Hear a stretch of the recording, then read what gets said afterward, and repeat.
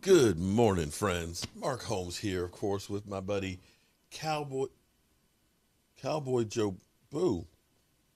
The hell?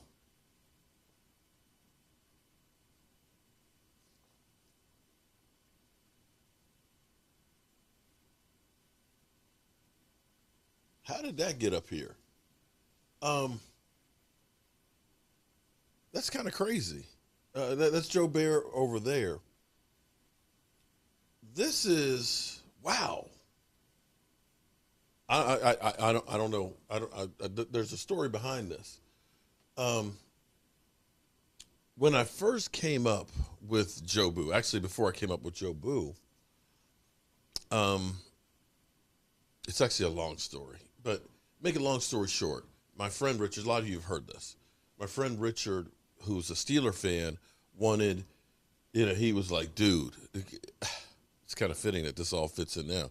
He was like, dude, my Steelers in the Super Bowl, what I wouldn't do to be there at the Super Bowl. And this was when the Super Bowl was in Dallas and it was the Packers against the Steelers. And it was also when we had that incredible snowstorm. I was down there where a lot of, Texas people are just running off the road and stuff. I'm used to driving the snow, so it was no big deal to me. I was there Wednesday. It was crazy because people will say you're not a Cowboy fan. Um, but I am a diehard Cowboy fan. Those people that are saying you're not a Cowboy fan, you know what? I put my money where my mouth is. I have not one but two of the legendary stones that y'all walk in. In fact, one of them is actually in the player's entrance, right smack dab in the middle. Dedicated to you guys, the fan.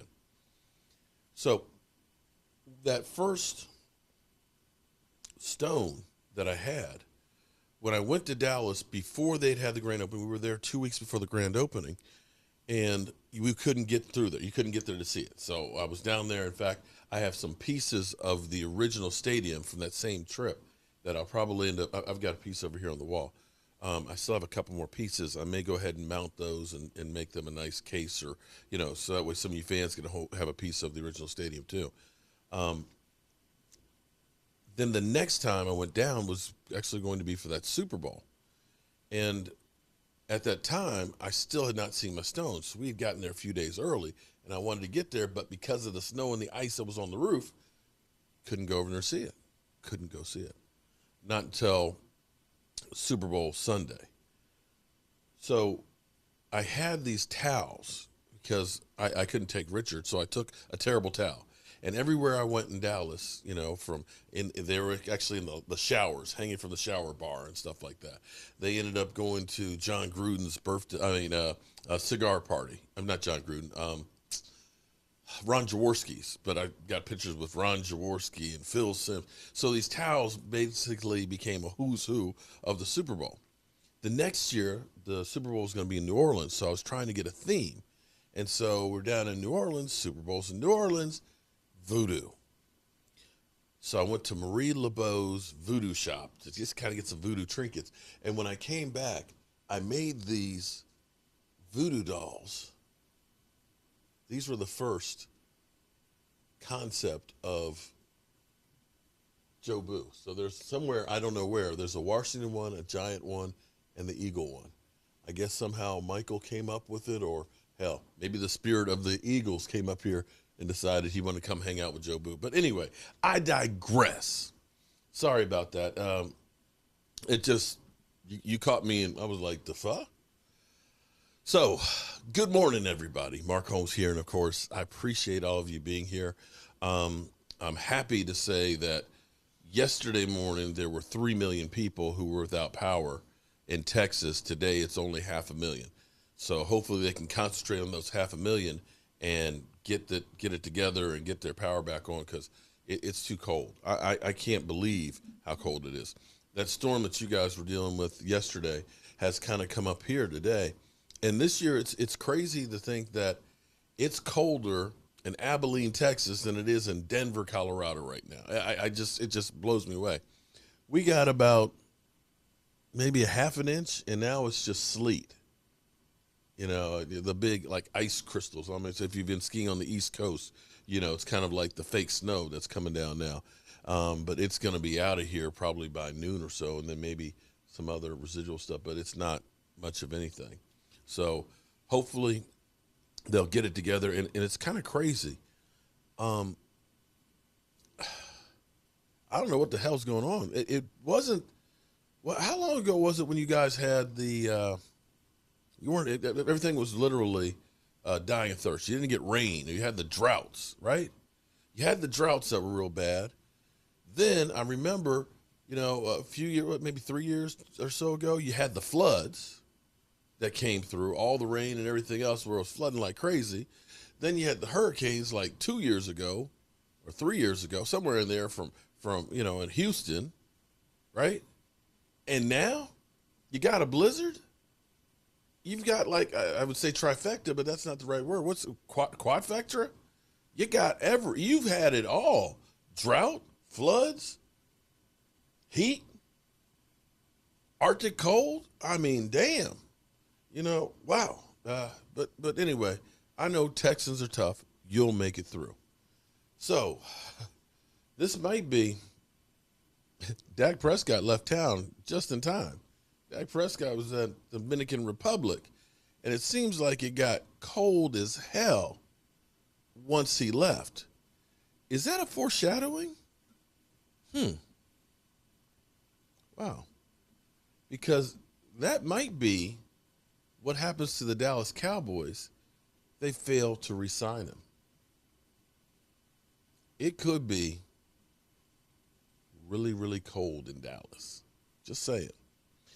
It's so funny that we are where we are right now. I came across this. This was from last year, okay? This is kind of funny. I want to play this because here it is a year later. It still works. Play. Not playing. Okay. Let me refresh. Hold up. This is what you get with broke-ass media. Okay. Dak Prescott. How do I work this thing? Let's start over. Dak, call Dakota Prescott. How do I work this thing? Guys, keep it down. Hello, Mr. Jones. Hey, bud, just calling for our daily contract negotiation. How about 4 years, $20 million a year, and I'll throw in half a dozen oil rigs. I want $35 million a year. Oh, Dak, you're ridiculous. That's what Russell Wilson makes. Oh, you're serious? I deserve it, sir. I'm a great leader. Just had the caterers come in. It's fine. Okay, how about $25 million, and I'll let you add a fifth play into Mike McCarthy's playbook. Are you having another hoot nanny? No. I made this ice sculpture myself. Good. We need to be socially distant. Okay, here, let me add Zeke. What's up, Jerry? Hey, Zeke, tell Dak that we want him on the team. Hey, Dak, we want you on the team. You paid Zeke. You paid Amari. I need to get what's mine. Wait, did you invite Jason Garrett to your little hoedown, Dak? Ah, come on. Shouldn't you be in New York? Oh, right. I gotta go. No, sir. You're old and you're just imagining things again. I do sometimes think it's the 90s, but it makes me so happy. It's a different time now. Jared Goff got $33.5 million. I'm better than him, right? Look at Zeke. Right. Okay, maybe I can convince Amari to give me back some of that $100 million. Hello. How about 36 mil and I invite you to my next illegal party? Oh, that was good. That was good. But here we are in the same boat that we were before with the whole Dak Prescott situation. We're sitting here waiting and waiting and waiting. Again, if my source was correct, next week will be the big week. Next week will be the big week for a lot of things because next week, starting Tuesday, teams can start putting on the franchise tag on players. And they have exactly 2 weeks of time to do that. So it's already Thirsty Thursday. There's not much time left before that. But now in other news, now here's where it's interesting because you maybe have the end of an era in Pittsburgh because Pittsburgh is looking at this, and right now Big Ben has a $41.5 million cap number for next year. He, of course, says he doesn't care about the money. He'll restructure, which means you're going to tie him up longer down the road. But it may be that the Pittsburgh Steelers are thinking about moving on from Big Ben. And it's crazy when you think about where the Steelers started out the season, being 11-0, 11-0, stumbling down the blocks, still making it to the playoffs, and then losing the first round. So there's that situation. Then there's the reality for Deshaun Watson. The Texans come out and they say, listen, Deshaun Watson is a Texan for life, okay? You know, basically they got him locked up. And the reality is Deshaun Watson can want to go anywhere he wants to go, but it doesn't matter if the Texans don't agree to it. Now, we heard the two teams that he really wanted to go to, basically from his own mouth, the Jets and Miami. He realizes the problem with going to the Jets is if you're talking about giving up three number ones, possibly, maybe even more, to get him there, the problem for the Jets is beyond just the quarterback situation. They need players around. So when you take that contract, you take those draft picks, he's in as bad a situation with a team that won't be able to build for a couple more years because of what they have to do to get him. And there is a lack of talent there. So he recognizes that and says that, you know, he's open to other teams. In other words, I'm desperate to get the hell out of here. My friends are all gone. You leaving me here with all these crazy muff humpers. I want to go. I don't care where it is. It can't be worse than what I'm staring down the barrel of right now. And so him wanting to go elsewhere, that's not the issue. The issue is going to be the price that somebody's going to have to pay. And what we're learning is it's seeming like the next shoe to drop as far as quarterbacks being traded will be Carson Wentz, who we've talked about nauseum about wanting to get out from the time he got benched. The reality is he doesn't want to go to the Bears. The Bears have given up the most offer, but the Colts are basically like, we're sticking to our guns. You ain't got nobody else out there that you can trade with. Two number twos, that's it. That's all we're worth. And this is crazy because we've heard more quarterbacks that want to go elsewhere. We heard rumblings from Aaron Rodgers. Aaron Rodgers, you know, I don't know if I'm really wanted here or not, but I'd like to get a contract. I'd like to get a new contract too. He ain't going anywhere. Again, the compensation, the thoughts of quarterbacks moving all over the place sounds great, but in reality, it's really, really hard. The 49ers who, you know, got into the mix, of course, with some of these other ones and looking and saying and seeing how much compensation is going to take, has decided, you know what, we'll just stick with Jimmy Garoppolo. Or maybe they end up deciding, let's stay with the draft. Because ultimately, when you start talking about a Sam Darnold and maybe having to give up a couple of picks and things like that, are you better off getting that guy? Or are you better off trying to say, let's roll the dice in the draft with some of our own picks to move up for a young guy that we can develop? And I think more teams are looking at this from that standpoint and saying, yeah, getting these guys may cost just too damn much. And then you have, of course, the Dallas Cowboys.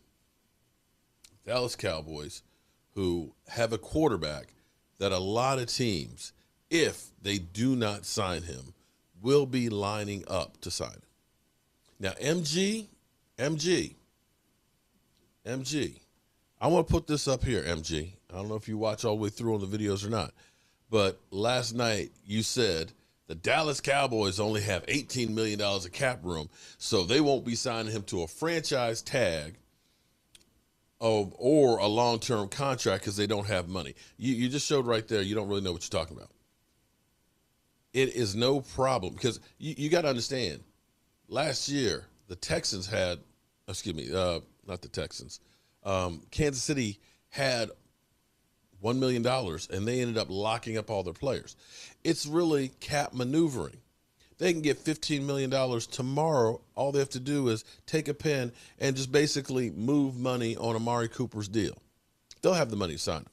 So your bet was that they will not sign Dak Prescott. So I'm willing to make this bet, MG. Okay? I don't know what you want, but how about I bet one of my racks, any style that you want, and in return, you bet coming on Joe Boo Sports Report and saying, I'm a Dak hater, I was wrong, Mark Holmes, you the man. How about that? Is it a bet, MG? MG. Let me know, MG. Seriously, I'll put you right here on the screen so you can come up to pay off the bet when they sign him. So, with that being said, I've got some work to do in the workshop. I got to get Simba's rack done. Keep that on down to Texas now that things are clearing up. Hopefully, they'll be able to ship it to him.